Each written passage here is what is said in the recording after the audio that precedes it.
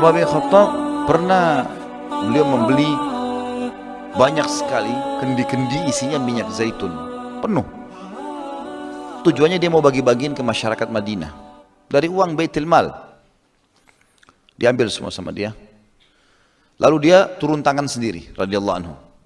Kendi-kendi kecil tuangin yang besar. Umar sendiri yang tuangin, dibantu sama ada beberapa orang. Umar sendiri yang bagiin, ini amanah dari Allah nih.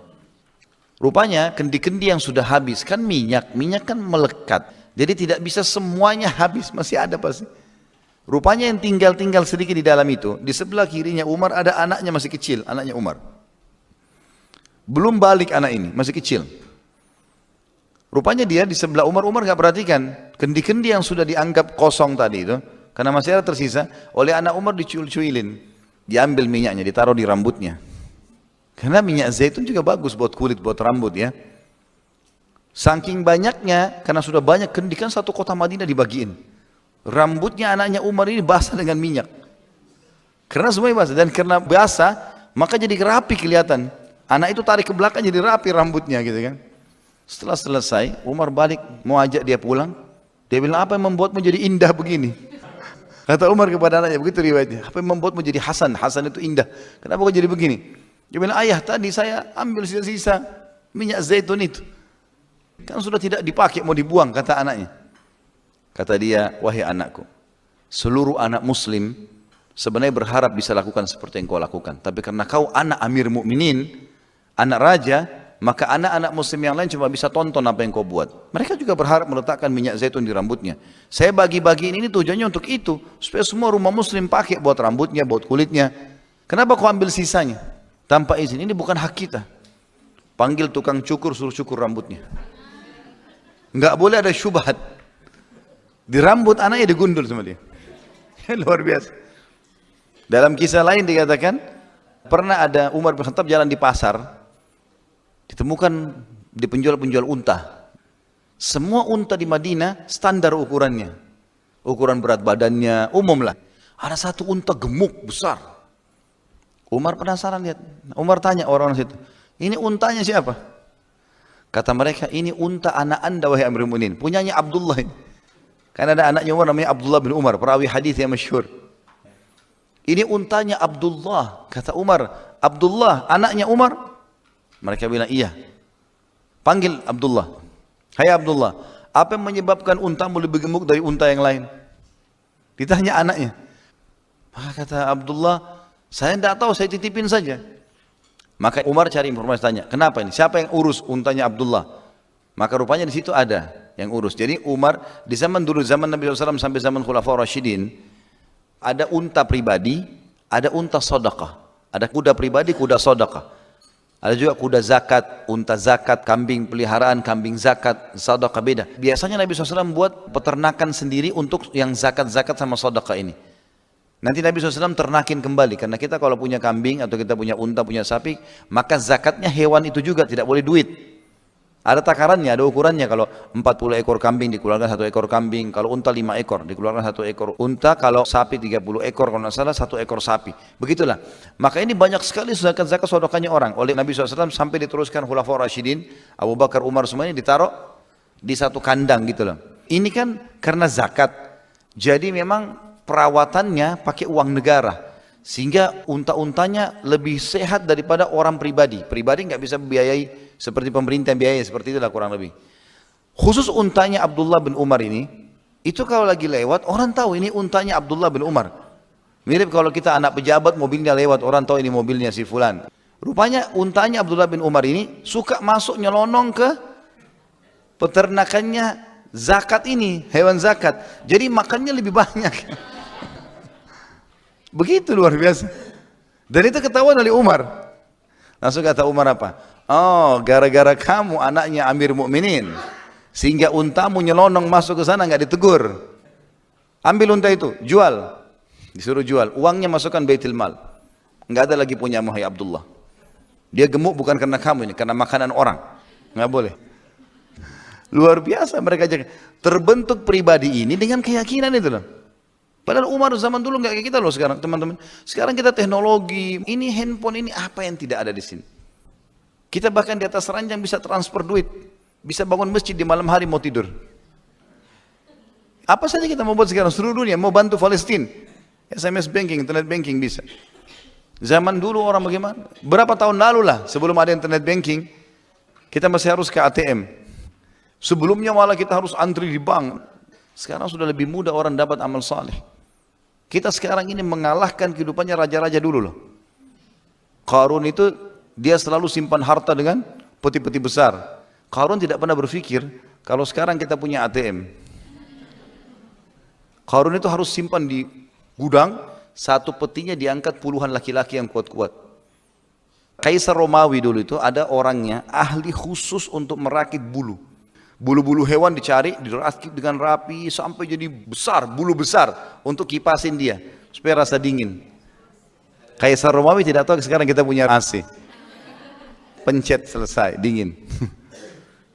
Kisra dulu, Persia, itu kalau mau minum dia pakai kendi, kendi itu dari tembikar asli.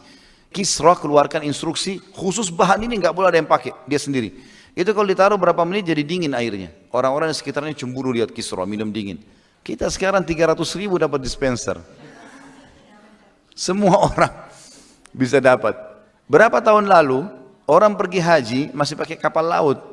Saya lihat nenek-nenek dulu, saya sempat waktu saya masih kecil, kalau mereka cerita pergi haji dulu sebelum kemerdekaan gitu ya, itu 2 bulan naik kapal. Kita sekarang duduk di dalam pesawat AC 9 jam sudah sampai Jeddah. Jadi kemudahan ini jangan disia-siakan ini.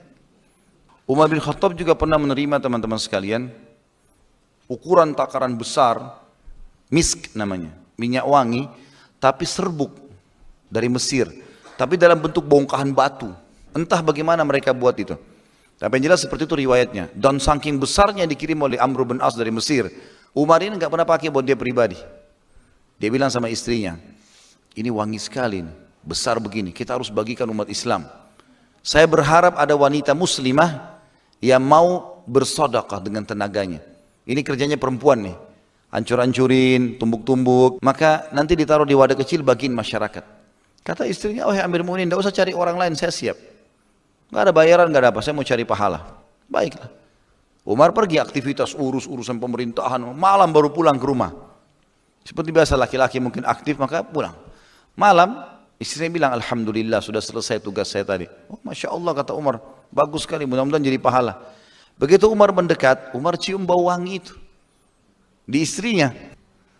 Umar tanya, dari mana wangi-wangianmu ini? Tadi waktu saya lagi pecah-pecahin itu, kan banyak di tangan saya serbuknya. Daripada saya cuci, dibuang percuma, saya gosok di jilbab, di baju saya, gosok di cadar saya gitu. Kata Umar, subhanallah, istriku itu tidak halal buat kita. Sini saya bantu kamu. Kita sama-sama cuci, dicuci sama Umar. Bajunya, istrinya, cadarnya semua dicuci sama Umar. Umar bantu cuci. Takut itu jangan sampai tidak halal buat dia, bayangin. Digosok sama Umar. Sudah selesai, badannya istrinya juga digosokin. Masih bau. Kata Umar, masih wangi nih. Ayo kita cari tanah, ambil tanah. Digosok pakai tanah. Untuk hilangin itu gara-gara takut syubhat. Umar itu ciri orang yang beriman sama Allah apa adanya. Allah halalkan ya sudah nikmati, Allah larang ya sudah tinggalkan. Bahkan Umar tegas. Ini Allah perintahin, patuhi, tidak mau dihukum sama Umar. Ada satu teman-teman sekalian, orang ini suka sebarin syubhat. Syubhatnya luar biasa. Jadi dia bukan mau belajar agama dari ulama, enggak. Ada sahabat hidup di zaman khilafahnya Umar nih. Dari Irak dia datang. Dia datang ke Madinah khusus nyebarin syubhat. Jadi hal-hal yang membingungkan umat. Dia bukan tanya Umar, dia bukan tanya Abdullah bin Abbas, Abdullah bin Umar, Abu Hurairah, Ali, Uthman. Masih banyak sahabat. Dia cari majelisnya masyarakat Madinah yang orang-orang awam. Pinggir jalan orang lagi ngumpul. Hai kaum, assalamualaikum, salam. Saya punya pertanyaan, ada yang bisa jawab? Dari mana kau? Saya dari Irak, jauh-jauh datang mau bertanya. Apa yang kau mau tanya? Ini orang dari Irak mungkin butuh jawaban apa? Apakah Allah nanti akan menghisap kita hari kiamat? Allah ajak ngomong kita enggak? Kalau Allah ajak ngomong, lalu bagaimana nantinya? Orang-orang awam enggak ngerti, mau jawab apa? Allah ngomong atau enggak nih? Dia pindah lagi majelis sana. Ngomong lagi begitu. Sampai satu Madinah jadi kacau nih. Gara-gara syubhatnya dia. Dia sebarin syubhat. Akhirnya dilaporkan kepada Umar bin Khattab. Ya Amir Mu'minin, ada orang datang dari Irak ini, ngacoin kita semuanya. Sana lempar syubhat, sini lempar syubhat. Kita panggil sama Umar. Lalu Umar tanya, kau dari mana? Dari Irak. Kenapa? Dia bilang, saya punya pertanyaan, apakah Allah akan menghisap kami dengan bertanya pada hari kiamat? Kata Umar, iya. Allah akan berbicara dengan kemahamuliaannya dan kesempurnaannya. Allah akan bertanya dan menjawab. Allah akan bertanya dan mendengar jawaban hambanya. Dengan bahasa apa saja.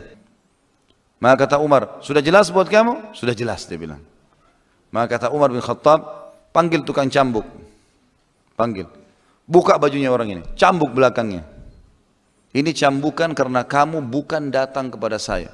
Bukan datang kepada Uthman, bukan datang kepada Ali, bukan datang kepada Abu Hurairah, bukan datang kepada Abdullah bin Abbas. Banyak ulama, ngapain kau datang ke majelis ini sebarin macam-macam? Cambukan ini untuk itu. Sudah selesai, Umar bilang buka imamahnya.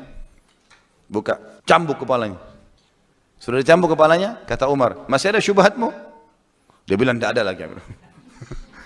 Udah, sampai orang itu disuruh pulang ke Irak. Sampai Umar bin Khattab mati, Uthman bin Affan juga sudah mati. Terakhir Ali bin Abi Thalib. Keluarnya kaum Khawarij di Irak. Rupanya orang yang dicambuk sama Umar ini tinggal di situ. Orang-orang Irak yang Khawarij banyak syubhat, protes-protes sahabat. Sampai kan Khawarij yang membunuh Uthman, yang membunuh Ali, sahabat-sahabat dibunuh yang mulia, yang jelas-jelas dimuliakan dalam sejarah Islam, Khulafaur Rasyidin, dijamin masuk surga gitu. Mereka bunuh syubhat karena mereka anggap dirinya lebih alim.